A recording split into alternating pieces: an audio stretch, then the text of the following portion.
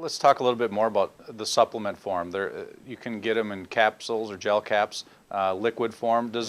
Is either more beneficial than the other in terms of bioavailability and how the body recognizes? To be honest, the bioavailability issues, which I've been focusing a lot on, has been neglected a bit. But if we eat the two things, EPA and DHA, in a natural form in the fatty fish, they'll be as triglycerides.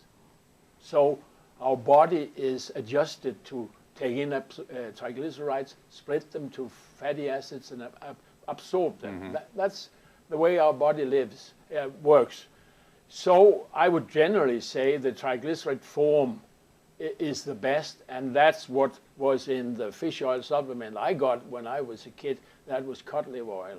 It tasted like whatever you could say there, but it tasted terrible. And I got it because my mother said it's good to prevent rickets because it was rich in vitamin D. We didn't know a thing about EPA and DHA, but I'm happy. I'm glad I got it because it might have helped my brains being better than if I hadn't gotten that cod liver oil. But so that was a liquid form, and liquid forms are well absorbed. The thing is that the body absorbs lipids, but your intestine is reacting when you get a meal.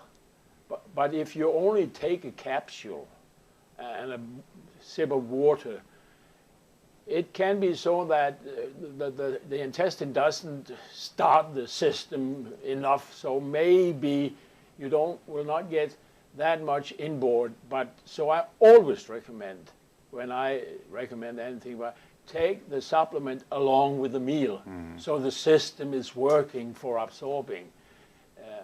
But then again, there are different types. There's also ethyl esters, which is a bit less absorbed than the triglycerides. But when you take them with a meal, it's okay. I mean, the difference doesn't count that much. But of course, the companies that make the product and put them into capsules or for example, for a prolonged absorption, they should be able to document that the things are taken inboard.